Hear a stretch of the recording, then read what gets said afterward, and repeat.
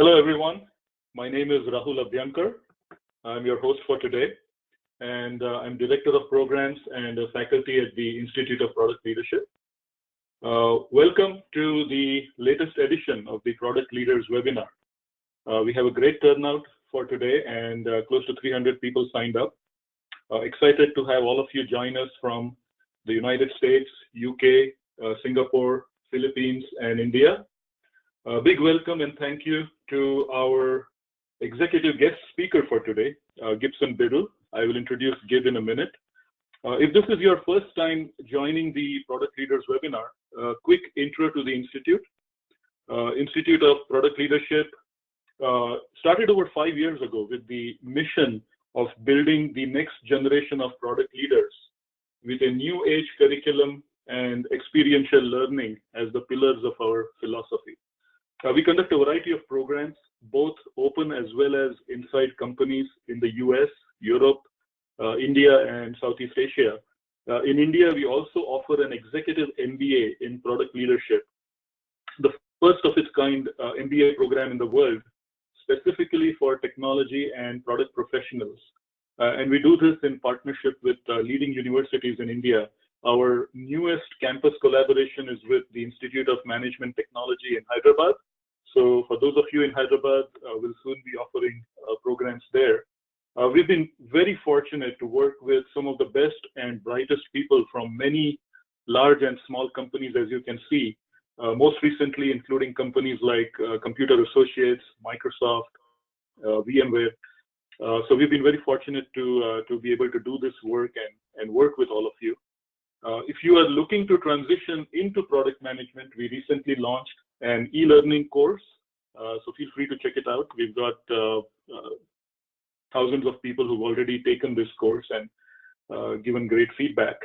You can also find us on LinkedIn at Product Leaders Consortium. That's the group. Connect with the community. It's a fast-growing community of current and aspiring product leaders sharing their knowledge and helping each other learn. So we look forward to connecting with you there as well. Now, in every webinar, we ask our guest speaker to recommend a book for our audience. And we give out one copy to a lucky attendee. Gib has suggested this book on Elon Musk. I just started reading it on the flight back from India. And it's a great recommendation from Gib. So what do you have to do to get lucky and win this book? Well, it's really simple. Stay engaged, ask questions, tweet your key takeaways from Gib's presentation at ProdLeader, that's the handle, and hashtag ProdEvents. Our team is keeping track of all the activity and will select one lucky person randomly. So send in your questions in the chat or the Q&A panel in GoToWebinar. But this webinar is going to be a little different. Gib is going to ask you, all of us, a bunch of questions as well. So when a question pops up on your screen, you will have a chance to vote your answer, so make sure you do that. So without further ado, it's my great pleasure to introduce Gib Biddle. Gib was an early executive at Netflix, being their VP of Products. We all know and love Netflix. He was also the Chief Product Officer at Chegg, a leader in the education space, helping students save time, money, and get smarter. Gib was also a producer at Electronic Arts, the gaming company. And currently, he's an advisor and board member to many startups. So Gib is a Silicon Valley veteran with a solid track record of making wicked hard decisions, decisions about business strategy, products, and people to build successful products and companies. So who better than him to help us understand how do we make these wicked hard decisions? Gib, thank you so much for joining us today and sharing your wisdom with us. We really appreciate you taking the time. Thanks a ton, Rahul. I'm excited to be here, and I'm dialing in today from the home office in sunny Burlingame, California, just south of San Francisco. And I am going to take over, and with luck, everyone is now seeing a title screen called Wicked Hard Decisions. Are you with me, Rahul?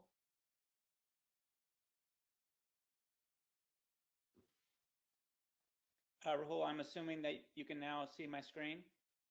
Yeah, it's probably refreshing. So take a minute. Okay.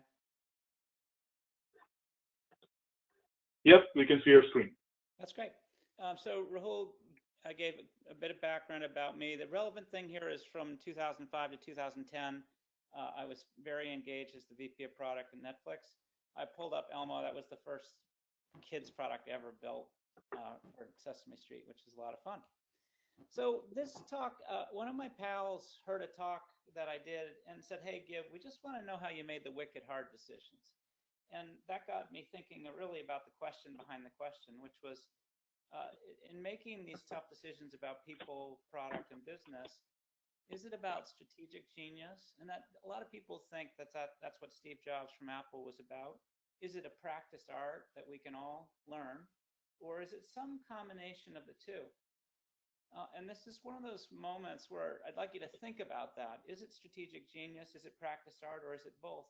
And if you could just start commenting so that Rahul will play back what he's hearing and seeing from you.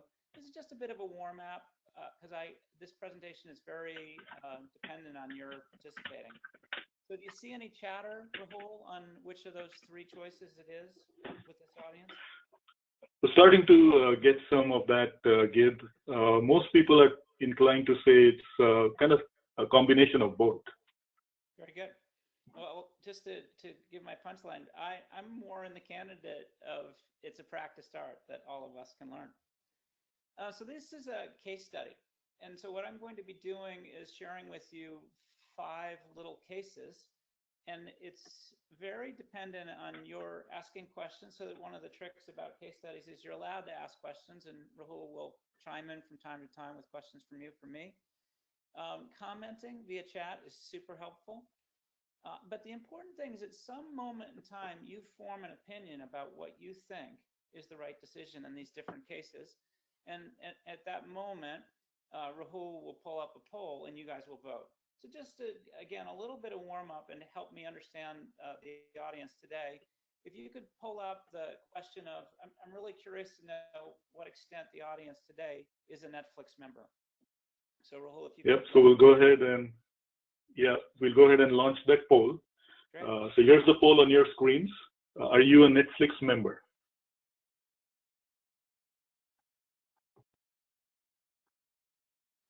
And the real question is, how many of you are supporting my kids' college bills?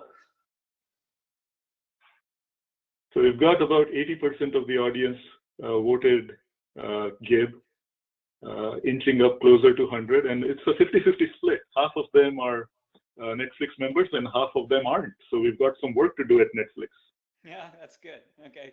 Well, we have sort of domination in the US, but the rest of the world, we're slowly getting there. Okay, good. All right, so I'm going to jump right into the first case, and then I'll pull back and give you some more context.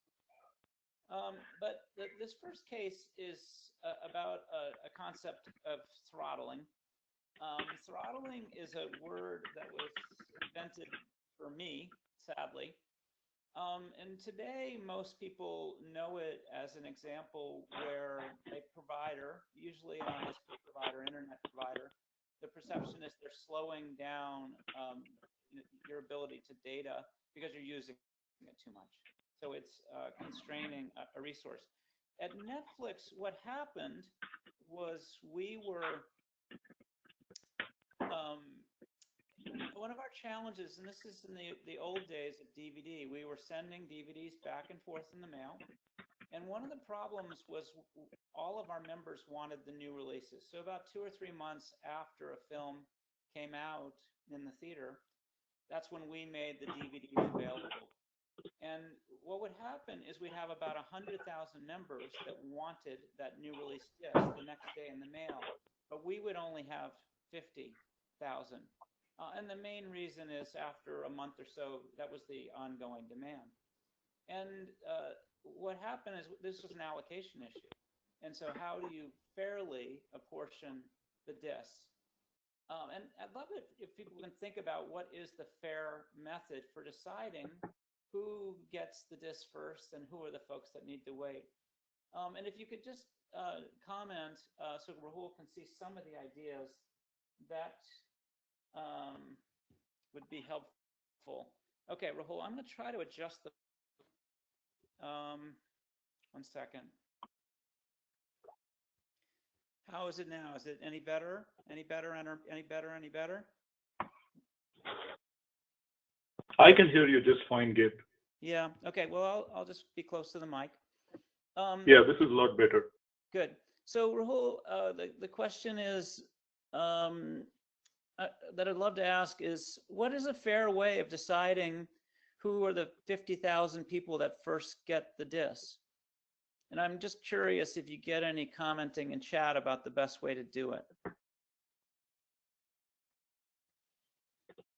Okay, let's see. So the question is, who should get the disc when the movie is come out, and how does Netflix decide who should get the disc?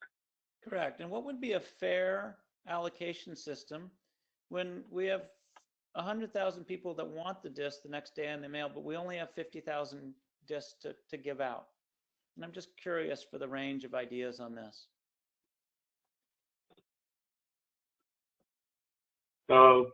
Some ideas coming up, Gabe, maybe send it to the most loyal customers, the repeat customers, people who are watching discs more often, movies more often, people who spend a lot more with Netflix, some of these ideas. Got it. Okay, they're all great ideas. And so, and the only disc I didn't hear was a couple other ideas. I'm guessing they're coming in the chatter now, which is random.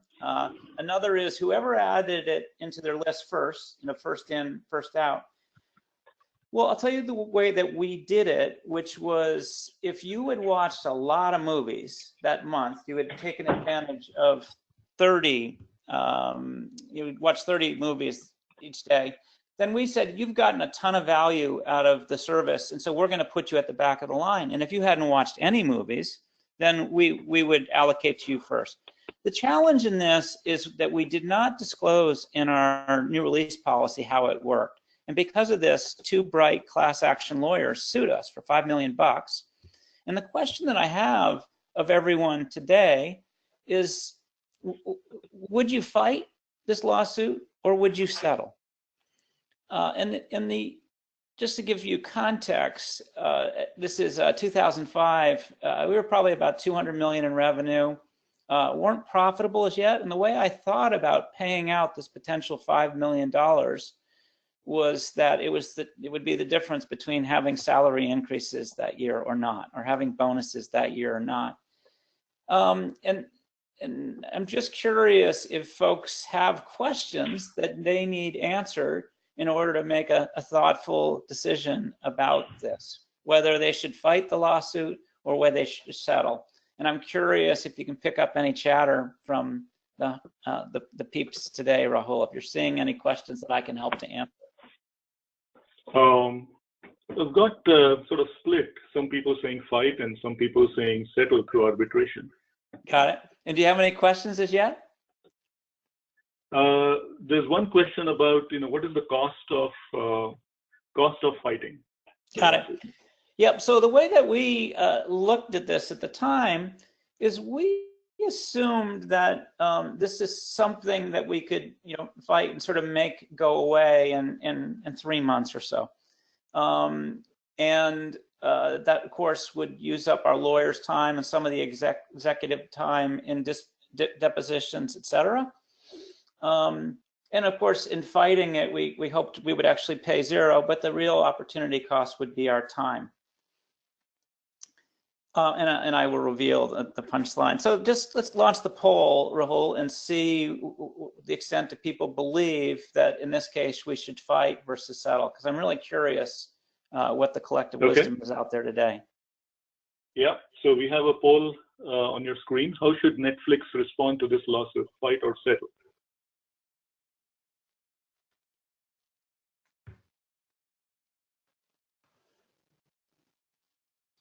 Have responses coming in, Gib.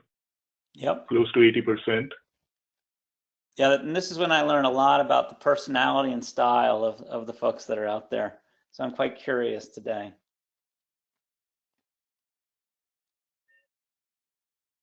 Do you have the answer for me? Inching up to 100, yeah. It's really split half and half, about 51% saying fight and 49% saying settle. Okay.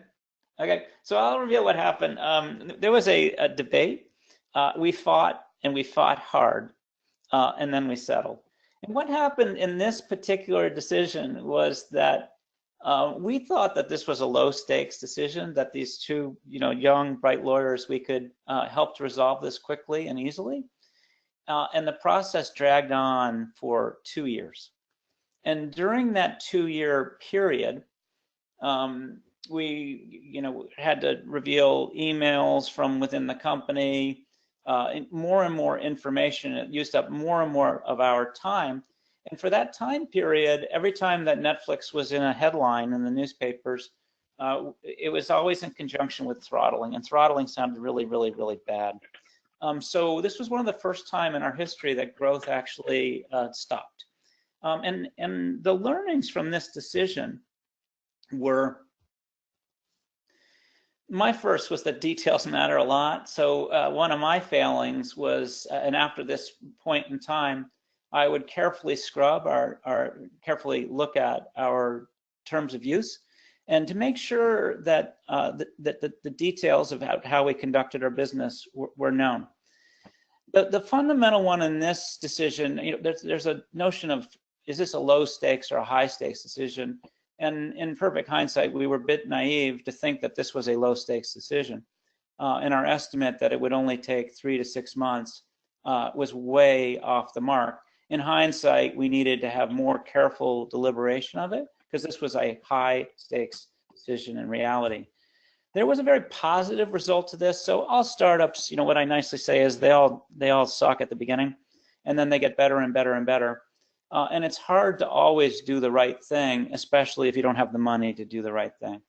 So as we grew up, this was sort of an important maturation period for us, sort of in an adolescent phase, where we looked around and asked ourselves, what are the other activities that we're involved in that are a little yucky? And then we either made a decision to stop doing those things or to be fully transparent about them. So for instance, back then we made it a little hard to cancel the service. And we said, that doesn't feel right. So we made it wicked easy to cancel at any moment in time. We made it hard for somebody to call us. We essentially buried the 1-800 number. We made it fully transparent. There were some other practices that I'm just too embarrassed to talk about. And we said, because we couldn't be transparent about it, we decided to kill it. So I've thrown you into the deep end of the pool here. And so I'm going to back up a little bit, and I'm going to give you some more context. So I'm going to talk a little bit about the history of Netflix, an idea that I call consumer science, which is better living through math or through A/B testing. But I'm going to reveal a lot more context about how I thought about what was important and what was not through the strategy, the tactics, and metrics. Then I'm going to give you 4 more cases. You'll find them easier. And then I'm going to abstract all of this to some principles of how to make great decisions. So the history of Netflix, in 1997, Mark Randolph was the co-founder of Netflix, and he bought an audio CD at the music store in Santa Cruz, and he sent it to himself in the mail, and he was delighted that it arrived unbroken. It wasn't scratched. It was playable. And this was about the time that DVDs were just happening. And he had the insight that maybe it was possible to send DVDs back and forth through the mail, which of course turned out to be true. The company actually went public at a very young age, and it went when it had only 600,000 subscribers. And it was really, really hard because one of the challenges was that there was an anthrax scare in the United States shortly before the IPO, and people were actually afraid to open up their envelopes from Netflix because of fear of death on the white powder. In 2007, that's when we launched Watch Instantly in January. We launched with about 300 titles. They weren't very good, but then the company evolved until 2013. When I'm hoping that many of you have watched House of Cards, but at that point we made a big investment, $100 million in our first original content. And today Netflix has got north of 100 million subscribers worldwide, which is super exciting. I made the statement that all startups kind of stink at the beginning. So this is what the home screen of Netflix looked like circa 1999. If you look carefully, you'll see that a disc will be magically delivered to you in the mail for about $4. It was a la carte. The mail took about 5 days to get back and forth. It was really slow. And there's about 4,000 titles available. And if there are designers out there, they'll just say, yeah, this is really lousy. By 2007, we had begun to evolve. So if you look carefully at this site, you'll see that this is the 4th tab over. It's the movies you'll heart area. And this was essentially our petri dish for personalization, beginning to try to make guesses about what movies people would love. You'll also notice there's a lot going on, way too much. So you can browse DVDs, you can watch instantly. There's a constant then of your queue, or as a quay, as Americans would mispronounce. We were exploring social strategies with friends and community. We were selling used discs.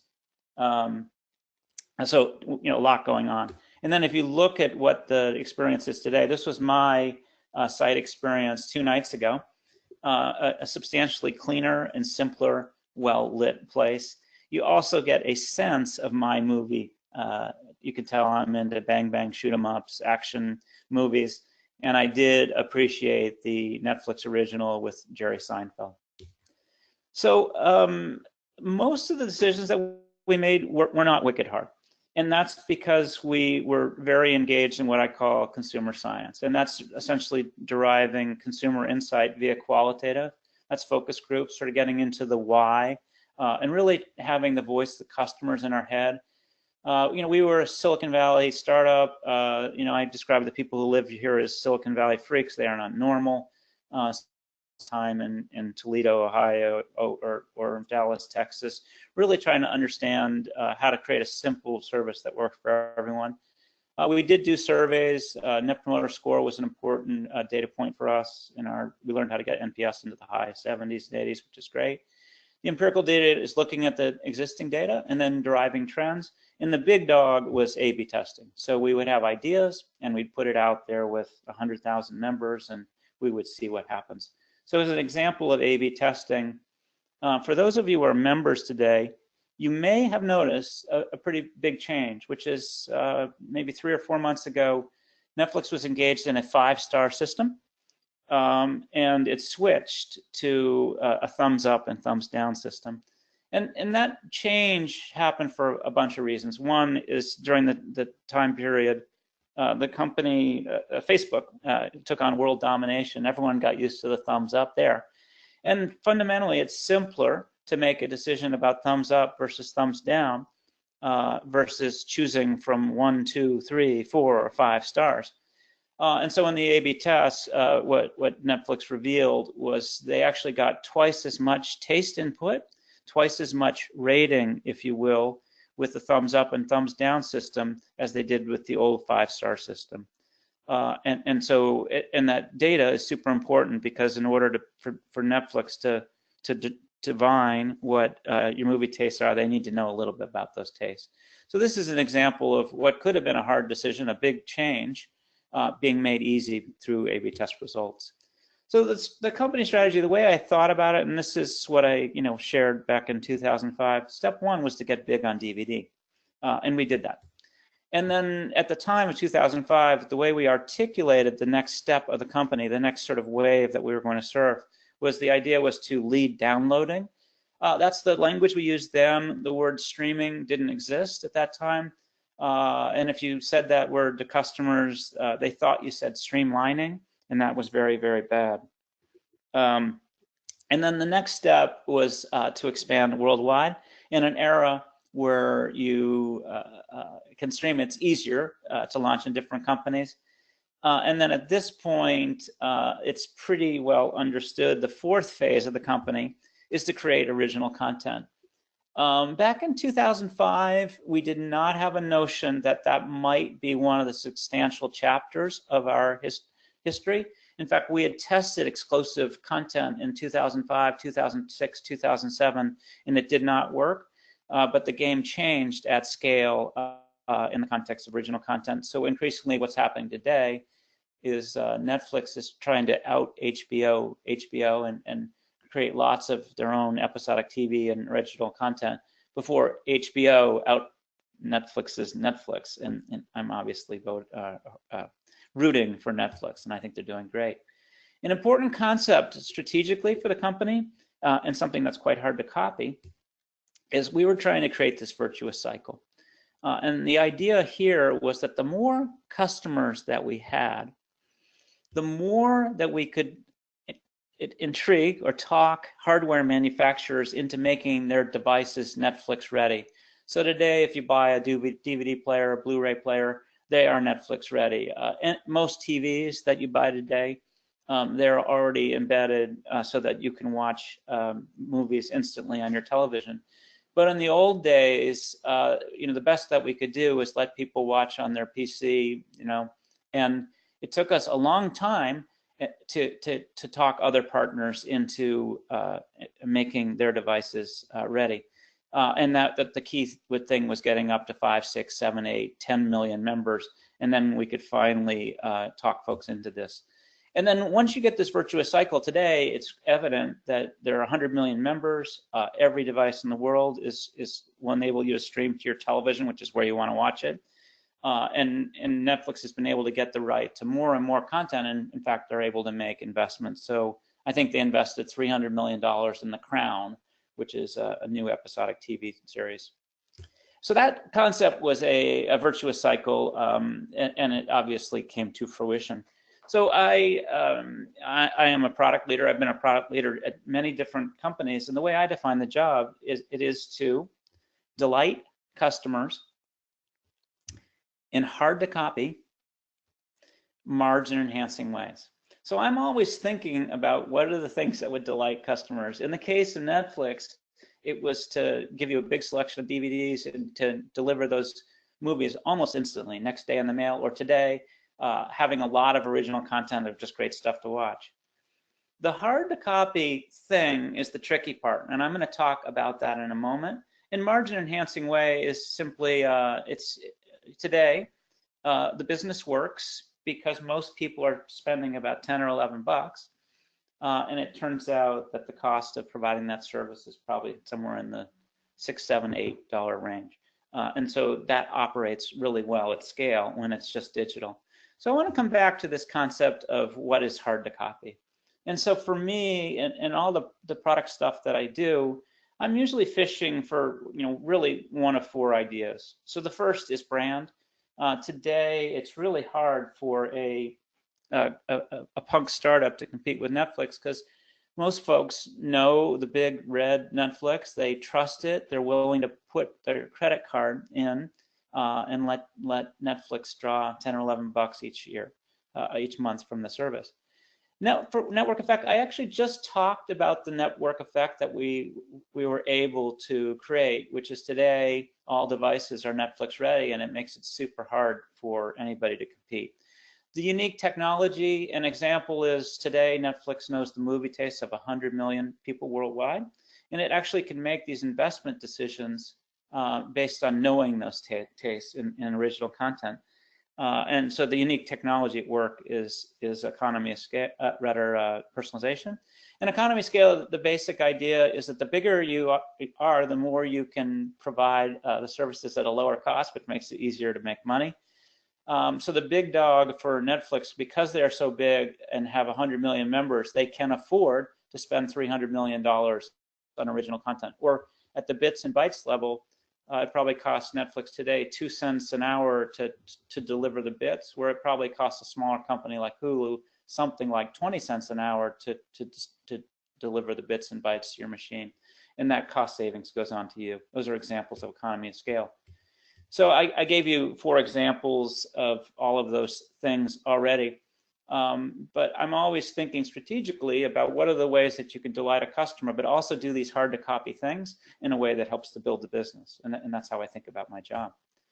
I'm very metrics focused. So my metric was retention. In the old days of Netflix, about 8% of the customers canceled every month. And today, only 2% cancel each month.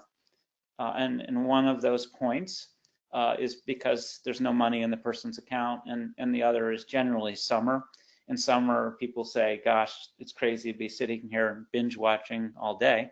I should get outside. So I'm going to reveal to you, I'm going to look smart for a second, and then I'm going to reveal that we weren't that smart. But the 4 key hypotheses that I believe would answer the question of how do you delight customers in these hard to copy, margin enhancing ways was, one of the hypotheses is a personalized experience would do that. The other was that if we could figure out how to get the disc to you instantly in the mail, that would delight you, and it's also hard to copy. Imagine the automation, etc. The margin enhancing, I had no other way of saying it, but in the old days, we were a $22 a month service. It was very expensive, and over time, we figured out how to get it down to the $10 level, and the business works. But we really struggled with how do you make money, and I'll reveal that. And then in our aspiration to create a product that everybody in the world could use and enjoy, we really focused on how do you keep it simple and easy. And these 4 things worked. I'm going to give you examples of tactics or projects at any moment in time. But these projects were aligned against these key strategies.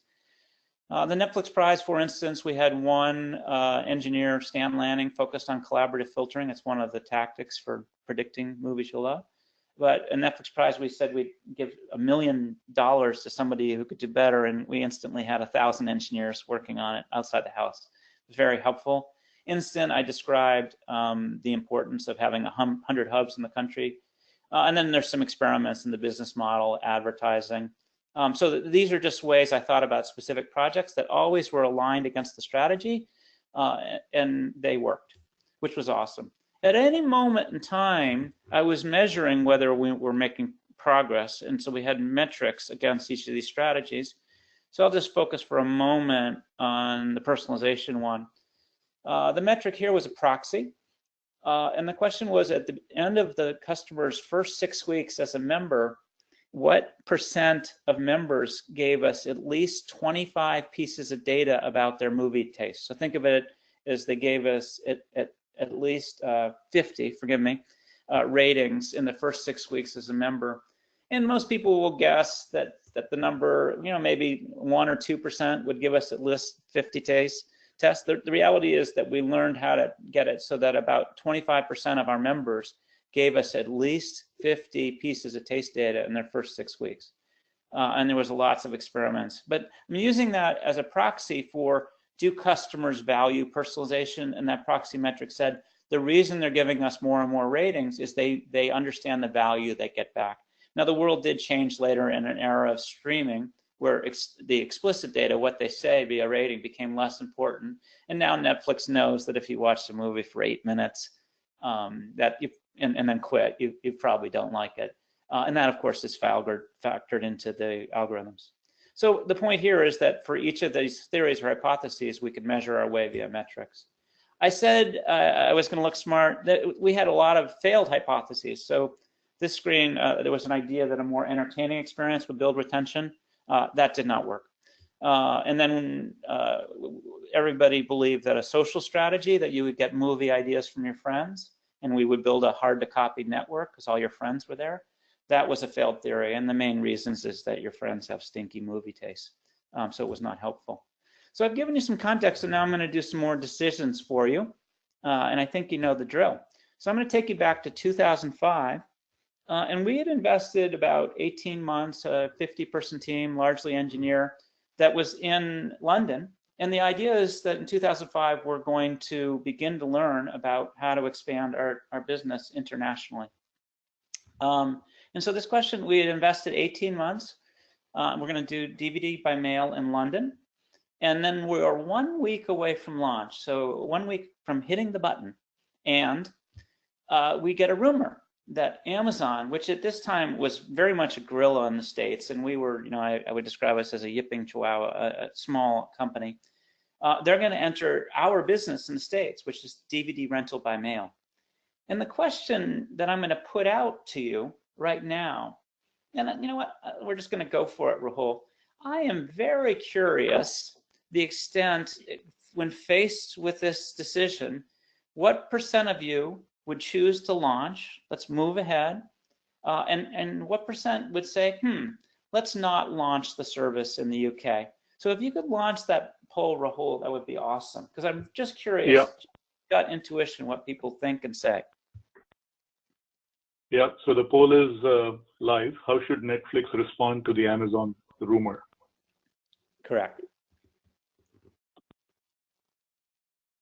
If we've got some answers coming in here, close to 75% people have voted. Let's see, slowing down. So we've got about 80% of the people voted, and wow, this is interesting. 82% say launch, go ahead, and about 18% said don't launch. Good. Okay. Well, so I am used to numbers like these. So this was a very important cultural moment for Netflix because we chose not to launch.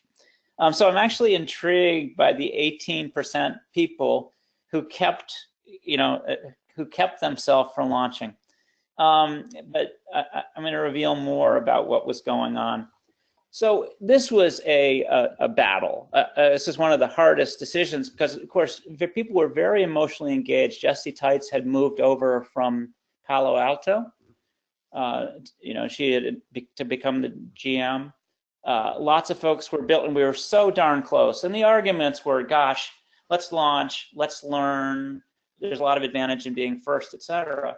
But on the other side, there was this argument about ignoring sunk costs. So yes, we've invested that money, but looking forward, we could choose to invest the money in other areas instead, largely in personalization and streaming.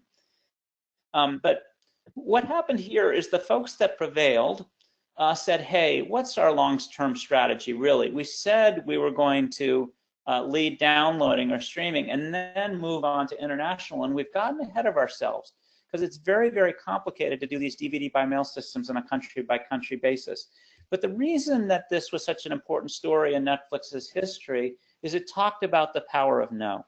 So if you join Netflix after this time, within the first week, somebody would walk you around the building and tell you about the time that we were 1 week from launch and then chose not to launch.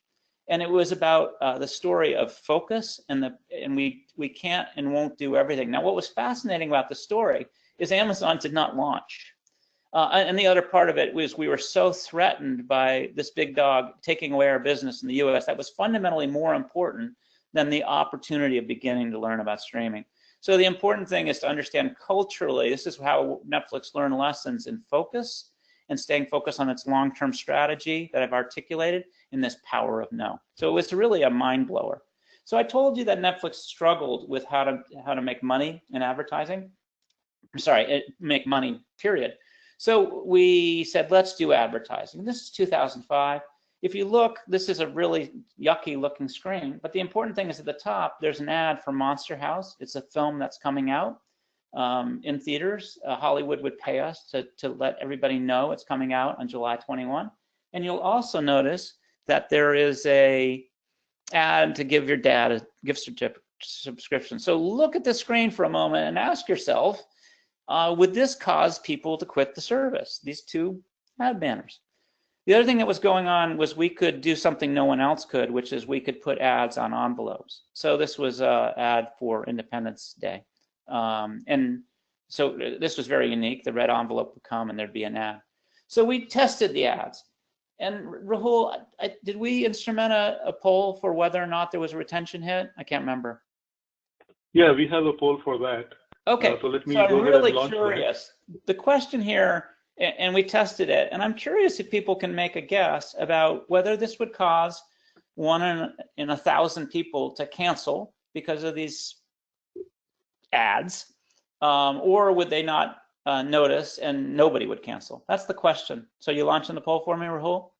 Yep, the poll is live. Cool. And we've got responses coming back. And this is really a test of consumer insight. And this was great fun. This is one of those things that we could test. But will this change customer behavior in such a way that people will choose to cancel? How are we doing? So we've got almost 90% people have voted. So awesome. What's the answer? So very interesting. So we've got almost half and half, about 52% saying that yeah, it will impact member retention, and 48% saying no. Good. Okay, it's a drag out fight. I'm going to reveal the answer. There was no retention hit. And I'm going to give you the consumer insight. And we were surprised, like half the people were here. What was going on? If you think about it, in 2005, any website that you visited had ad banners. And so folks were so used to it, it didn't strike them as abnormal in any way when they visit Netflix, despite the fact it was a subscription-based service, that there were ads. So in a way, they just were so used to ads that they didn't notice it. And so there was the opportunity, this is the opportunity for the first time for us to make money, $20 million in high margin income. So doing this was the way. And did we instrument launch or not? I think we did, right? Yeah, we did. Yeah, we do. Let's launch it. So the question here is, this is the data. This is what we know. Would you choose to, these are the A/B test results, we will launch? Or is there some reason that you might hesitate a bit on this and choose not to launch advertising? That is the question that I'm posing for you. So in the previous poll, Gabe, we said that the A/B test revealed that there would be no impact to member retention. Yep. And so now this question is about having had that insight, should Netflix go ahead and launch? Correct. Advertising. Yeah, we're getting the responses coming in here. All right, so I'm gonna close the poll. And we've got very interesting. We've got 70% people saying should go ahead and launch advertising, and about 30% saying no. Good. Okay. Well, I know that the no's out there, you can't measure everything in an A/B test. And one of the issues here is about building a brand that really respects customers. And then you can't see everything in a test, but does this make the site somehow marginally a little less simple, a little less complicated? Certainly from a design point of view, it looks a lot worse. We had this debate and we decided to, based on what we knew, we launched. We made the money. So we actually made money through DVD used sales, through advertising. And then by 2007, we actually killed it. And I'll tell you a little why. So here were the learnings from this decision. First, that testing works. It makes the decision making quite a bit easier. But the other concept here is startups have different needs at different stages. So back in 2005, we really needed a way to show profitability. By 2007, we had shown it, largely in our core business. And at that moment, the reason that we killed it was this concept that good is the enemy of great. So trying to be good at advertising and at selling used discs and personalization and all these things would be distracting. The argument, like this is one of those things that our CEO, Reed Hastings, he essentially killed it. He walked me around the clock and said, hey, I know you're proud of building this, but you got to kill it, because I need you to focus maniacally on delivering on personalization and on streaming. So it was the right thing to do at that moment in time, but a couple years later, at a different stage, we no longer needed it. Okay, so Blockbuster. Blockbuster was a big competitor for us in the United States. They have probably had 20,000 stores, and people would walk into the store and they would get their DVD. And we, little known, but in 2002, Blockbuster had the opportunity to buy Netflix for about $50 million, and they said no, and it was a really bad decision. But what happened is we were probably at 6 or 7 million subscribers, and they launched a service just like ours, DVD by mail, and then they got very aggressive, and they said that the Blockbuster by mail customers could walk into a store at any time and they could instantly swap their discs back and forth. And this is really the second time that Netflix growth slowed substantially. And so we have a bit of a battle. We have a big gorilla called Blockbuster, largely engaged in retail, but now competing in our turf. And then it's our hope at this moment in time, we had launched Watch Instantly, and that we could survive this battle. It was huge. And we could derive value in the future through a better streaming service. And at the time, a decision that we had to make, we're threefold. One, there was essentially an automated vending machine company that could deliver movies instantly in all stores for us. We had the opportunity to buy that company. we could lower our prices, and lowering prices meant that we would grow faster. We knew that. And then the really hard thing here was this concept that when you're embattled by a big gorilla, that you would actually do nothing, and whether that might be the right thing to do in this instance. Rahul, can you remind me, did I go with 2 questions or 3 questions on this one? We've got 3 questions, 3 options here. Okay, well, I want to get the collective wisdom really quickly. So just to give you a little bit more context, Buy Redbox is very much an automated vending machine for DVD. But my encouragement is think about what you want to be in the future. Lowering prices, Wall Street will kill us on the stock price. That's painful. And doing nothing, you know, the real question is, how long would you be doing nothing for? And I'll give you a teeny bit more insight, which is the real question here is what's going on with Blockbuster customers. In fact, I think, just hit the poll, and I'm just curious what people say, and then I'm going to give more data. Rahul, you there? Want to launch the poll? Yeah, the poll is live. Cool.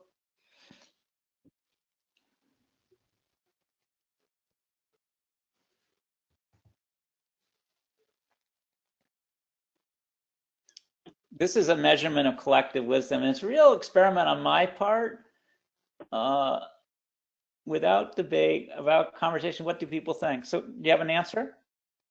Yeah, we've got, 80% people voted, so I'm going to close. Interesting, we've got 48% people saying do nothing, majority there, and then 29 and 23 buy Redbox and lower prices. Got it. Overwhelmingly favored do nothing. Yeah, okay, that's really interesting. So what happened was we did do nothing, and it was very, very hard. So this was a very high stakes decision. We actually did just what I did now. I call it provisional decision making. Okay, what is our instinct? And then what is the additional data that we need in order to see if that instinct of doing nothing is right? And it turns out the key issue is how many disk swaps are Blockbuster customers doing? And it turns out that was a knowable thing. Because we basically sent summer interns into the stores with yellow pads of paper and pencils, and they were able to divine how many discs people were swapping. So at the time, both Netflix and Blockbuster, 6 DVDs went back and forth each month. And when we talked to folks in the store, our best estimate was that Blockbuster customers were watching 10 movies a month. And 10 movies a month means they were spending $30 to deliver those DVDs for a service that cost $22. And so then when we talked to my financial partners, they looked at the balance sheet, the public company of Blockbuster, and they estimated that Blockbuster could do this for 9 months. And we did nothing. And it was a very, very hard decision. And then their estimate was incredibly prescient. Our decision not to buy Redbox was we felt that that was a bridge to the past. And then really, it was a hard decision between lowering prices and doing nothing. So in this case of decision making, the key thing is defining the process. This idea that we're going to take is a high stakes decision. It'll take us a month, and then we'll get the additional data. And I just illustrated what we did. I call it provisional decision making. Newsflash, most decision making is done better with fast. And most people tend to engage in too slow decision making. One of my rules of thumb is if you can get about 70% of the information or data you need, you have enough, and you should just go and make the decision then, because if you work to get 100, then in fact, it takes way too much time. So in this case, we were able to find the data, which was with walking into stores. And again, this is a case on focus on long-term strategy and the customer. We didn't want to buy Redbox because it would be a bridge to the past. So my last one, and this one will be very easy for you all. So imagine you work at Netflix, you had heard these stories about past decisions. And so here's the case. We were really, really struggling to get the virtuous cycle going. No one was willing to sign up to help us to deliver movies instantly to the television. At the time, it was the game systems that we were trying to get on. So the smallest one was Xbox, and they weren't interested because we didn't have enough members and we didn't have enough content. And then the next was the Wii, another one was the PlayStation. And we discovered something, that our customers were ready to buy, I'll call it a magic box, a little device that costs $80 in order to stream movies to the television. And high demand, about 20% of our customers wanted to buy it. And for the first time, we would be able to get to TV. And our thinking was that this would provide, basically learning, proof of concept to all these partners, and they would get on board. So this is what's going on. And the question is, should we launch our own magic box? We know there's high demand via the poll, but our investors and partners were wary. The investors are wary because they're on Wall Street, and they were deeply suspicious of a company like Netflix engaging in hardware. We were in high margin software, and hardware is low margin, and it requires a capability we didn't have. Think about predicting how many units you need, shipping them across in a ship across the Pacific. And our partners were wary. A partner is defined as Xbox or Wii or PlayStation. In this case, they thought, wait, you're not setting up to be a partner of us. You're going to have the inside track, and you'll never let us engage in this business. We're 1 month from launch, and this is where I'm hopeful that you guys have learned from our past. The question is, should we launch or not? So Rahul, if you could launch that poll, that would be totally awesome. Yeah. So the poll is live. Should Netflix launch the TV device?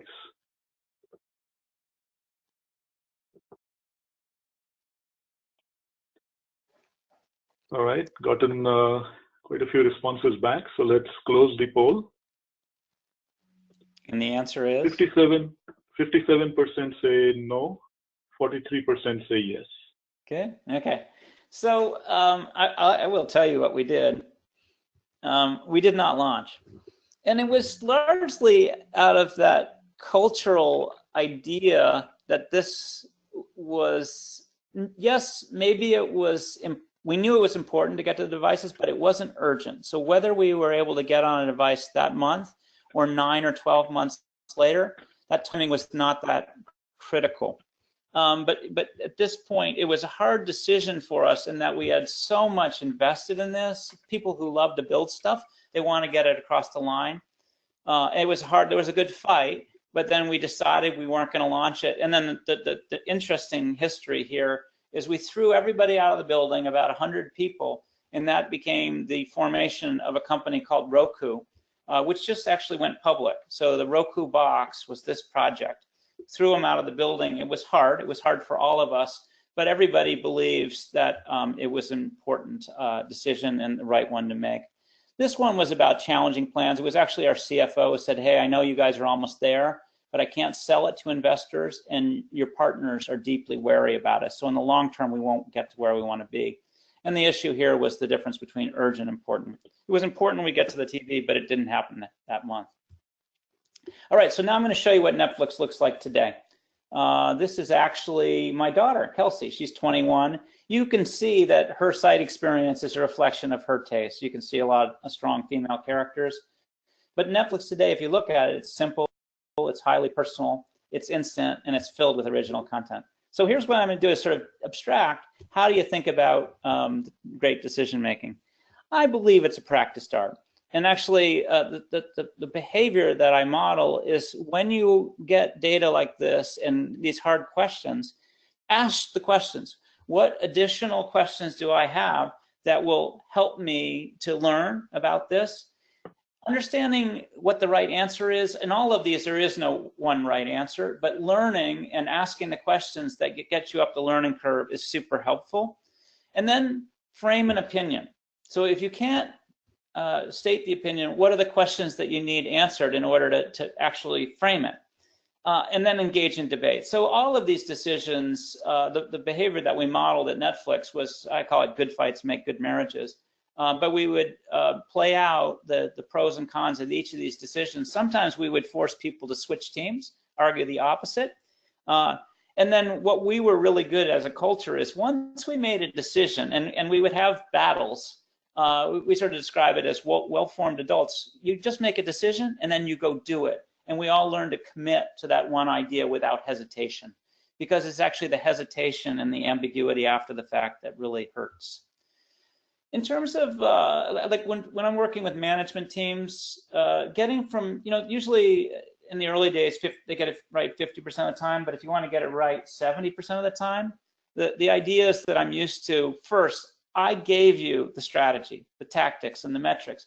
Having that context, that background, and referring to it and thinking about it in these decisions is really, really, really important. If you're great at it, you can start making decisions 70% of the time.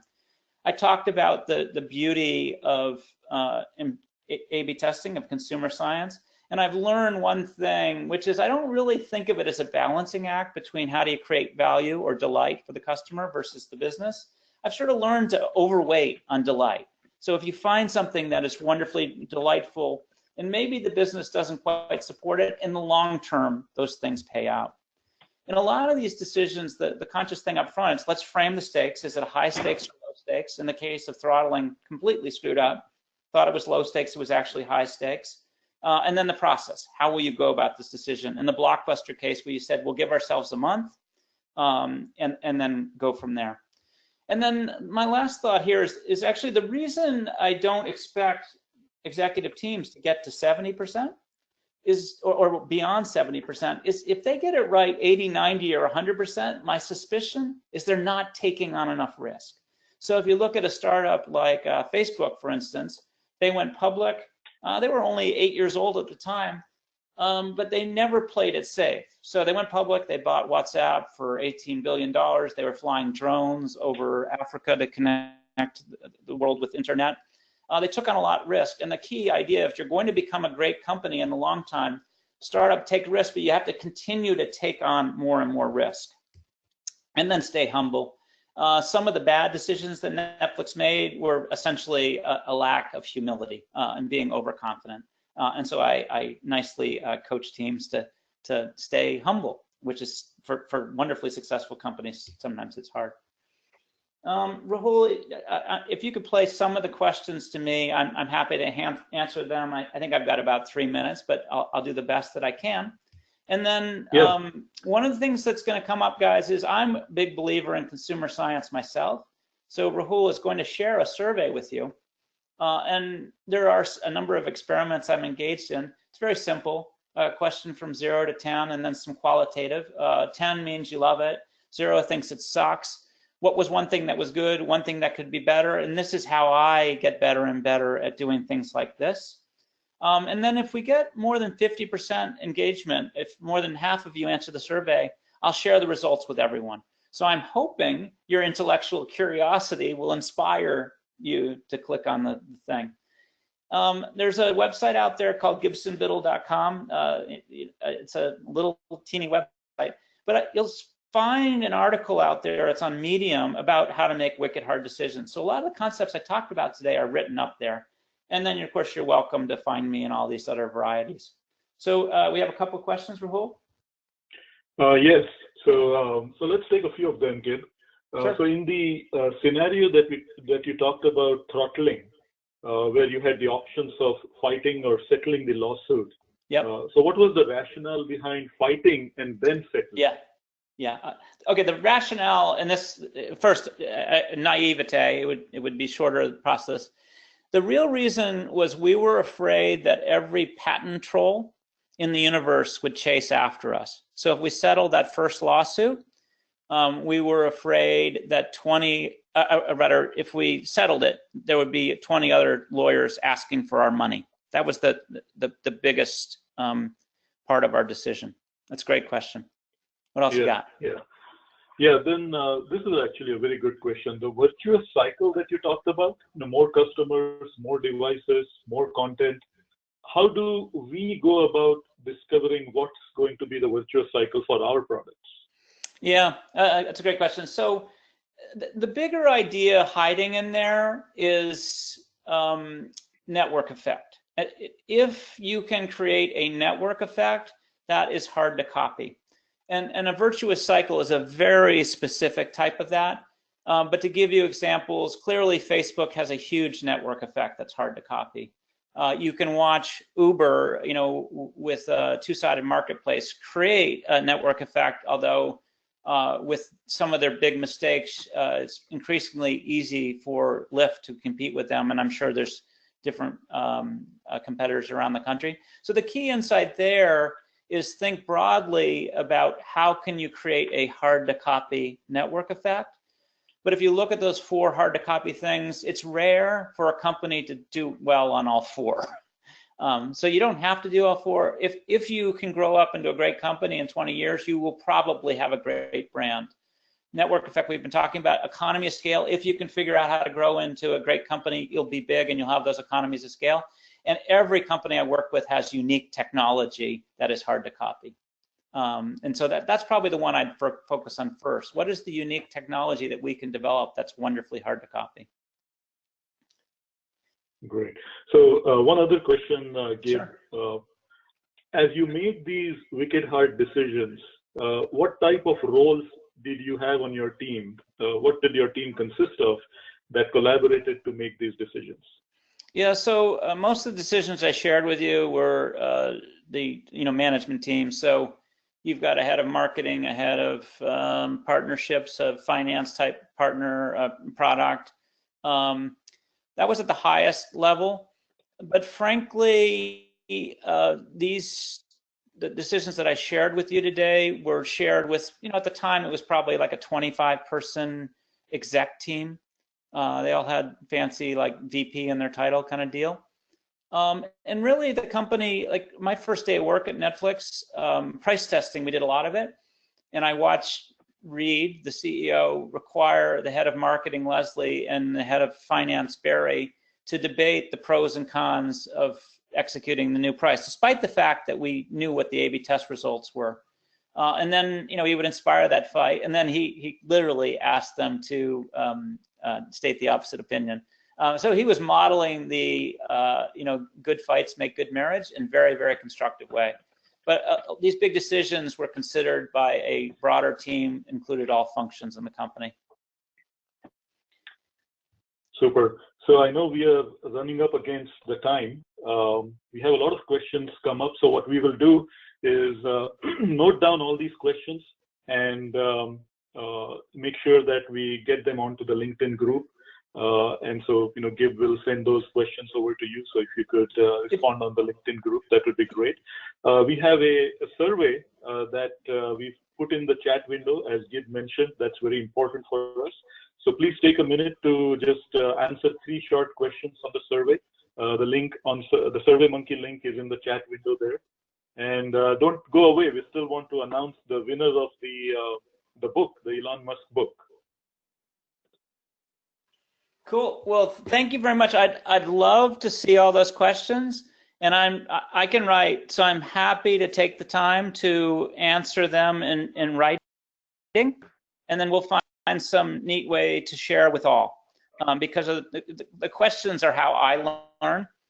So I just love it. I love it when there are a lot of questions, and I'm sorry I don't have an hour to spend answering them. And it's been great to participate with you, and super excited about the opportunity to engage internationally. It's great fun for me. So thanks so much for having me today. And as a last, remember those resources. You'll get the PDF, so everything I shared is there. And then the last one, it's clickable, so you can go to my baby website, or you can see articles on wicked hard decisions on Medium. And I'd love it if at least half of you answered the survey, because then I can share the results with all. So I'm super excited. Thanks a lot, Rahul, for having me today. Great. Thank you so much, Gib. That was extremely insightful. And as you can see, we've got a lot of questions from people. So we'll take the opportunity to send them over to you.